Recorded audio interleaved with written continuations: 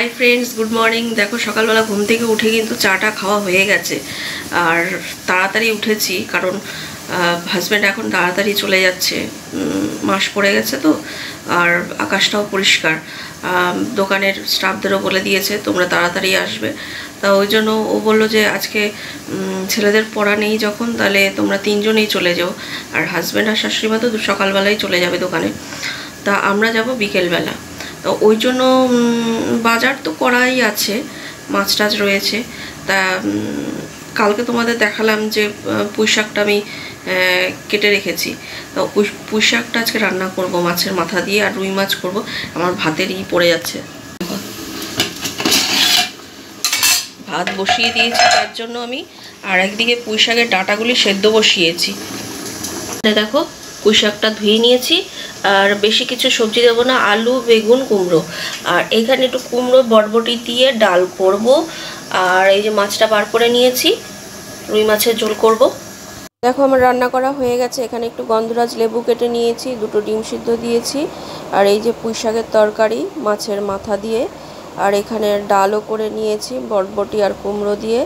আর এই যে মাছের ঝোল কড়াই থেকে এখনও নামাইনি। দেখো ফ্রেন্ডস, স্নান টান করে চলে এসেছি। এত মাথা যন্ত্রণা করতেছিল না, মানে মাথা পুরো গরম হয়ে গেছে এত গরমে আর টেনশানে।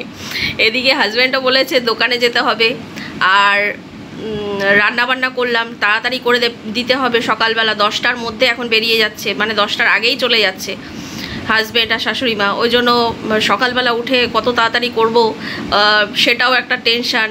তারপরে ঘরের কাজকর্ম সেরে তারপরে দুপুরবেলা খাওয়া দাওয়া করে আবার বাসন টাসন মেজে আবার আজকে বলেছি কি বলো তো, আজকে বলেছি আমি ঘরের থেকে টিফিন বানিয়ে নিয়ে যাব দোকানে সবার জন্য। মানে ওরা তো দোকানে টিফিন করে সন্ধেবেলা মানে যখন ভিড় থাকে তখন, মানে কাস্টমার যখন থাকে তখন খেতে খেতে না ওদের মানে সন্ধ্যের থেকে রাতের দিকে চলে যায়। আর বাড়িতে এসে সেরকমভাবে খেতে চায় না, বে টাইম হয়ে যায়। ওই জন্য আমি বলেছি ঠিক আছে আমি যখন বিকেলবেলা যাব তখন আমি বানিয়ে নিয়ে যাব। তা ওইটাও একটা টেনশন আছে যে বানাতে হবে।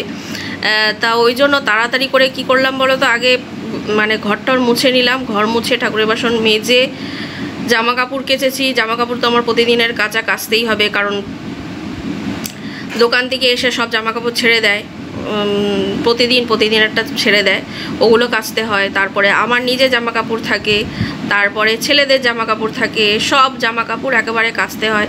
সেই জামা কাপড়গুলো কেচে ধুয়ে মেলে দিয়ে আসলাম। তারপরে এসে এখন এই স্নান করে এসছি, এখনও পুজো হয়নি, পুজো করতে বসবো। হ্যাঁ, পুজো করে খেয়ে বাসন টাসন মেজে আবার দোকানে নিয়ে যাব। আমি বলেছি আজকে লুচি আলুর দম করে নিয়ে যাব, তা ওগুলো রেডি করতে হবে। আর হাজব্যান্ড বলেছে যে আজকে তো ছেলেদের পড়া নেই, ছুটি আছে, তাহলে তুমি দুই ছেলে মানে তিনজনেই চলে যেও। তা দেখি, মানে এত টেনশন মাথায়, তার মধ্যে আবার এই ভিডিও করে তারপরে এডিট করা, থাম্বনেল বানানো, সেটারও একটা টেনশান আছে, কি করব কি না করব, এগুলোও করতে হচ্ছে।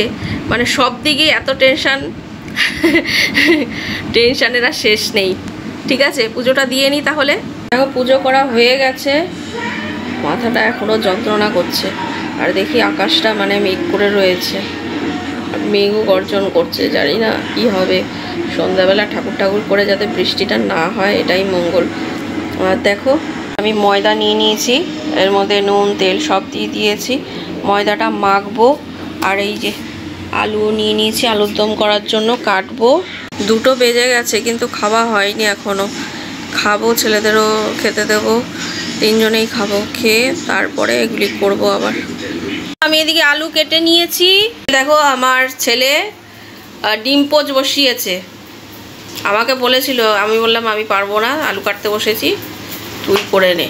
ও করেছে। দেখো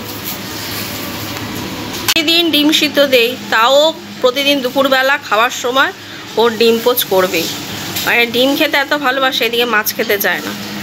ও মাছ খায় না বলে ওই জন্য সকালে একটা খায়, দুপুরে একটা খায়। ভাবলাম যাক থাক, একটা তো একদিক দিয়ে তো প্রোটিনটা দিতে হবে, তাই করে খায়। দেখো খেয়ে দিয়ে উঠে আমি ময়দাটা নিয়ে বসেছি মাখতে। এর মধ্যে তো সব নুন তেল দিয়েই দিয়েছিলাম। ময়দাটা মেখে নিই, আলুটা সেদ্ধ বসিয়ে এসেছি। এখন 3টে বেজে গেছে, এগুলো রেডি করতে করতেই 5টা বেজে যাবে।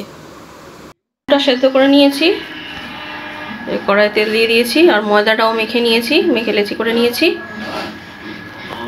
এই যে পেস্ট করে নিচ্ছি,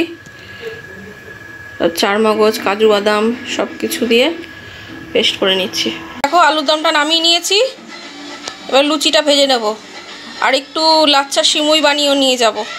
দুধ বসিয়েছি, বসিয়ে দিয়েছি, লাচ্ছা সিমুই বানাবো। আর এদিকে তেল বসিয়ে দিয়েছি, লুচিগুলো ভাজবো। দেখো সব লুচি টুচি ভাজা হয়ে গেছে, আর আলুর দমও হয়ে গেছে, সিমুইও হয়ে গেছে, তোমাদের দেখাচ্ছি। পুরো আমার অবস্থা দেখেছো, ঘেমে ছেমে একাকার। এখন 4:30 বাজে। সব জানলা দরজা দিয়ে দিতে বললাম ছেলেদের, ওরা খেলতে গেছে। ওরা খেলে আসলে আমি এদিকে সন্ধে টন্ধে দিয়ে নেবো, এটাগুলো গুছিয়ে নেবো, গুছিয়ে তারপরে যাব। হাত মুখটা ধুয়ে নিই। দেখো লুচিগুলো ভেজেছি, এইটায় আর এই যে সিমুইটা। এবার সব বেড়ে নেবো টিফিন বক্সে। সব কিছু আমি বেড়ে নিয়েছি। এটার মধ্যে লুচিটা নিয়ে নিলাম, এই হটপটটার মধ্যে।